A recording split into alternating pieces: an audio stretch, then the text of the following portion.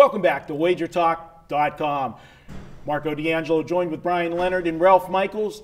We've got the second half of the championship conference finals. We've got Jacksonville and New England, guys. Beginning of the season, we pretty much knew one of these teams was going to be here, but I don't know too many people that actually penciled in Jacksonville. I know one team that didn't have Jacksonville penciled in here, and that was the Pittsburgh Steelers. They played like it last week. They thought they just had to show up, and they were going to get here, and I'm just starting to get over it now. I feel a little better they fired Todd Haley today, so that's a little bit of a bonus. But, guys, I'll start with you on this one, Ralph. Does Jacksonville have a shot here against New England? Well, I don't think so. You look at the team that scored had 57 passing yards against Buffalo at home, and then you saw a team score 40-plus points at Pittsburgh. So heckle Jekyll, but you still have Blake Bortles under center. So Blake Bortles on one side, Tom Brady on the other. You have to remember now Jacksonville also played that first week. So while New England had that bye last week, Jacksonville's playing a second straight road game, and again, now they're continuing on their regular season.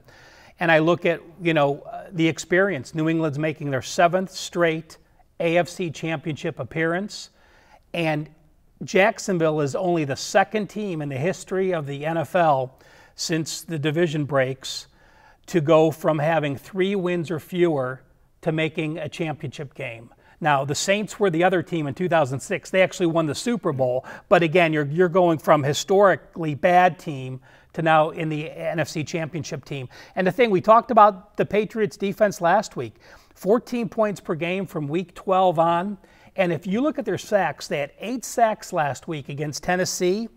In New England's last 4 home games, they've had 25 sacks. They had 7 sacks 4 games ago, 8 sacks past week, 6 and 4. 25 sacks their last 4 home games. The defense now has it going.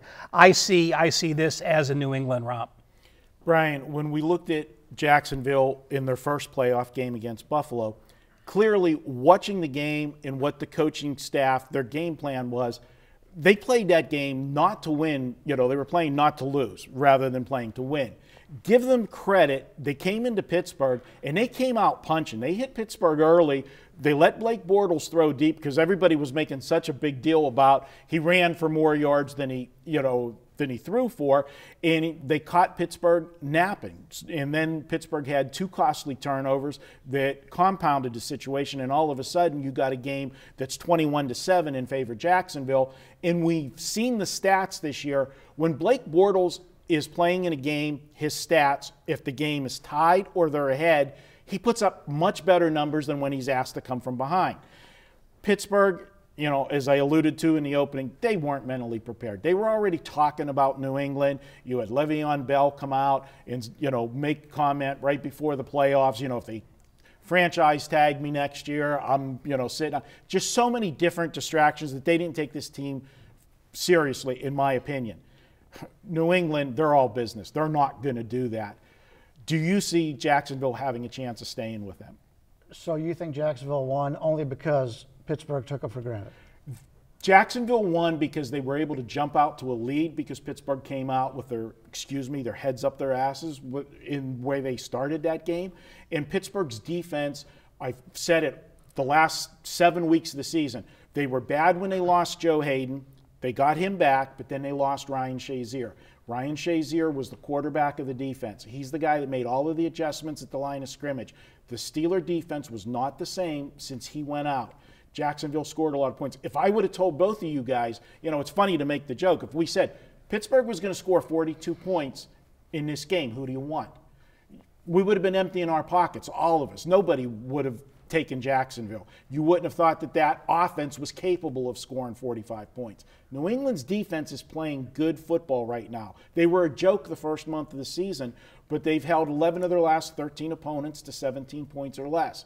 And Belichick can confuse a young quarterback. Blake Bortles is a guy, as you said, Dr. Jekyll, Mr. Hyde. Which one's going to show up, the Buffalo, Blake Bortles, or the Steeler one? He's not going to have that kind of success against New England.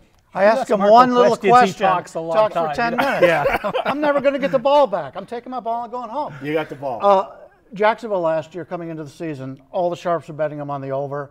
Didn't work out that way. It was a team that couldn't protect the football. quarterback Blake Bortles throwing a lot of interceptions.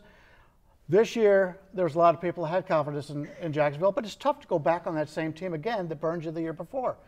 But if you look at the way Jacksonville's played all year, and granted, they played a weak schedule, as opposed to a weak schedule, but Jacksonville has got now 2 games in the playoffs, so they've got more experience than they did before.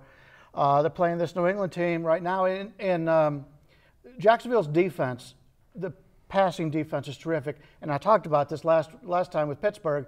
Pittsburgh needed to run the football. They didn't learn the lesson the first time, and they didn't run the football again last time. That's the coaching staff for Pittsburgh. I clear them all out. I don't think any of them deserve to be there anymore. But New England going up against this defense, actually Warren Sharp put out an article today, and he talked about when teams go up with 3 and 4 wide receiver sets against Jacksonville, Jacksonville's terrific. But when you go with a 1 receiver set or a 2 receiver set, then they have success. And basically New England throws the ball, Gronk, who wouldn't, and they throw the ball to the running backs. They go right up the middle of the field, and that's where you can beat this Jacksonville defense.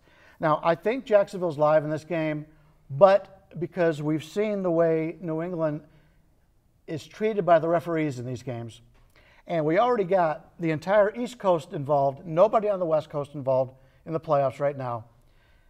I think New England's going to get a couple of referee judgments, and they're going to win this game. But from a perspective of talent, Jacksonville's up there with them. They could win it. They could win it. It's not going to happen. You're pulling the trigger on New England? I'm probably going to pass on this one. Marco, let me just give you one outlier number. You know, we talked about New England having 8 sacks and Jacksonville scoring 40-plus points. From our friend Mark Lawrence and his Playbook newsletter, for those interested, playoff teams that score 40 or more points in a playoff game are 4-25-1 against the spread the following game. So only 4 ATS covers in 30 games after scoring 40 points. Again, not necessarily a fact in this game that I'm going to bet, but just a bit of information for our viewers. Jacksonville has got to be able to sack Brady. Brady, when he gets sacked 4 times or more in a game, he's lousy. So they've got to get in that backfield and stop him. But I think he's going to get rid of the ball, short passing game, and that's how New England's going to win this one. For me, where I'm looking at in this game, I'm looking at the total because I think the number's where it should be. And we know the one thing that Belichick doesn't do is Belichick doesn't sit on a lead. And we saw it last week. He had a big lead against Tennessee, and he was throwing the football the entire second half. But that's the weak link of Tennessee. It was their secondary. So he kept attacking the weak link, and they were moving the football down the field. This week, Jacksonville's strength is their secondary. That's the strength of this defense. I think that this number is too high for the AFC Championship game, and I think it's inflated because of last week's scores. You had Pittsburgh and New England, Pittsburgh and Jacksonville 45-42, and you had last week's game on that meaningless touchdown at the end of the game send it over the total. I think the under is the way here. I think it'll be a lower scoring game. I don't think the game plan this week from Blake Bortles and company is going to come out and say, hey, let's sling it with Tom Brady. They're not going to want to do that. I think they're going to want to shorten the game. I lean to the under. All right, guys. Hey, if you want to save $10 this week at WagerTalk, we got a special coupon for you. It's in honor of one of our fearless leaders, the Prez. And I'm not talking about Donald Trump. I'm talking about our own Prez, co-founder of WagerTalk. Use coupon code PREZ and the number 10, and you get $10 off any package this weekend at WagerTalk. And guys, don't forget, hit that thumbs up button, subscribe to our YouTube channel, and be sure to share it with all your friends. We'll be back with more here at WagerTalk.com.